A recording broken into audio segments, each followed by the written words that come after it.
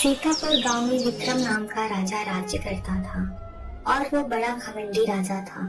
उस राजा की माँ का नाम सावित्री था। विक्रम अपनी माँ से बहुत प्यार करता था।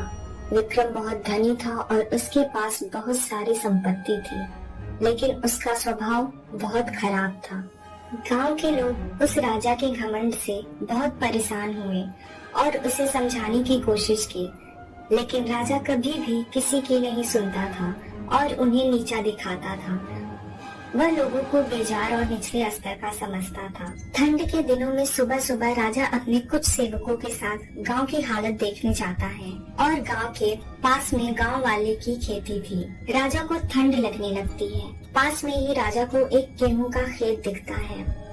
सेवक, इस गेहूं के खेत को आग लगा दो, मुझे बहुत ठंड लग रही है, मुझे सेकना है। राजा जी, ये खेत किसी गरीब किसान का होगा, इसे आग लगाना ठीक नहीं है। इतना सा तो खेत है, जल जाए तो क्या होगा, हम उसे इसके बदले में कुछ पैसे दे देंगे। सेवक राजा की बात सुनता है और उस खेत को आग लगा देता है और फिर राजा खुद को सेक कर अपने सेवकों के साथ राजमहल की ओर निकल पड़ता है। अगले दिन सुबह किसान अपने खेत की ओर निकलता है। खेत में पहुंचते ही देखता है कि पूरा खेत जला पड़ा है और ये देखते ही किसान रोने लगता है। तभी एक आदमी किसान को बोलता है, रो मत, मुझे मालूम है कि किसने किया है। उसे पता चलता है कि राजा ने अपने आप को सेकने के लिए खेत में आग लगवाई थी। वो बहुत दुखी होता है और वो वैसे ही राजा के महल जाता है। वहाँ पे राजा अपनी माँ के साथ बैठे थे।